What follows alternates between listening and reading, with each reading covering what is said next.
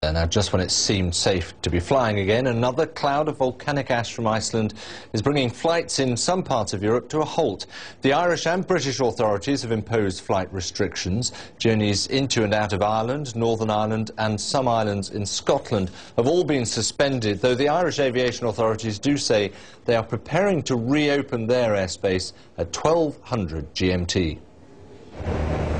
The volcanic ash is back.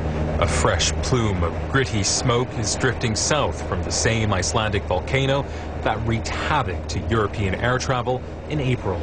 The eruption is absolutely going quite strongly now, and it seems to be that it's somewhat increasing the ash production. The ash cloud is heading your way. The first area to be affected was the Outer Hebrides in Scotland. Its airspace was closed following advice from top weather experts. The Republic of Ireland has also ordered the closure of its airspace for 6 hours on Tuesday. British aviation chiefs said the shutdown would also be extended to Northern Ireland, a serious cause for concern by some airline companies. So we'll have a fairly significant effect on the operation. We've currently started the process of protecting our aircraft through sealing them all up. The new alert should not disrupt aircraft overflying Ireland from Britain or Europe, and no southern British airports, including Heathrow, Europe's busiest, should be affected. Last month's closure of airspace caused widespread disruption in the UK and across the continent.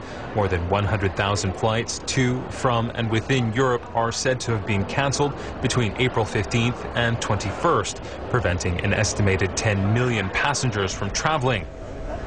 Later today, transport ministers from around the European Union will meet in Brussels to discuss the chaos caused by the volcanic ash last month and to look for ways of avoiding a repeat, something airlines and their customers will no doubt also be hoping for. Imtiaz Tayyab, BBC News.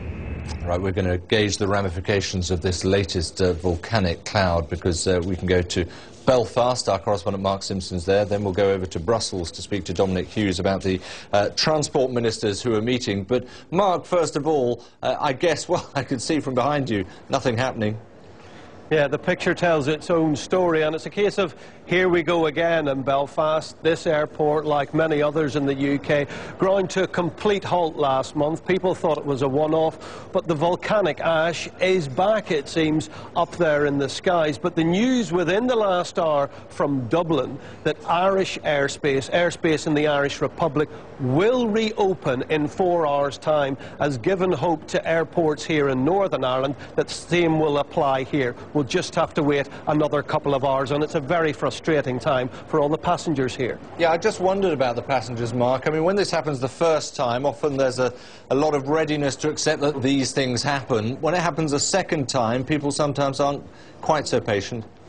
No, and thousands are affected. Sometimes it's a double whammy. They were affected last month and they've been affected today. I should tell you, David, the most high-profile casualty of all of this is the UK's Conservative Party leader, David Cameron. As we know, the UK general election is on Thursday. He was hoping to fly to Belfast this morning to woo some of his supporters here, but he, like many others, are stranded in London. Oh dear, you can't beat the elements, can you? Mark, thank you very much for that. Let's go over to Brussels now. Dominic, you've got the transport ministers all gathering where you are. Nothing concentrates the mind quite like this, does it?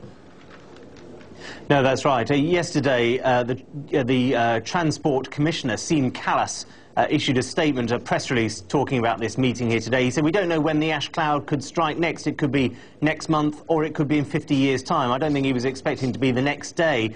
But they are gathering here today for what has turned out to be a very timely meeting, and they'll be discussing a number of proposals, but principally they'll be looking at trying to create a system that gives the EU and the broader Europe as well a single air traffic control system. Trying to look at, instead of having air traffic control divided up into the 27 member states of the EU, for example, which many people felt contributed to the chaos of last month, trying to organise it on a different basis so it recognises transport flows rather than national boundaries, and that would mean putting in place one single coordinating body to overarch all the different air traffic control systems. And do you get a sense, Dominic, that there is a sort of overriding political readiness to do that?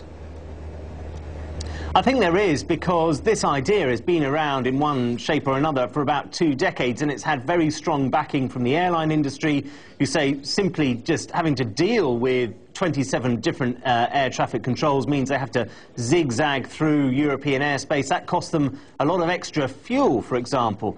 And so even though it has had a lot of backing from the airline industry, it hasn't had political backing, but I think that is now changing, and people are recognising that this would have helped, certainly, in the chaos of last month. OK, Dominic Hughes, thanks very much indeed, Dominic, there in Brussels.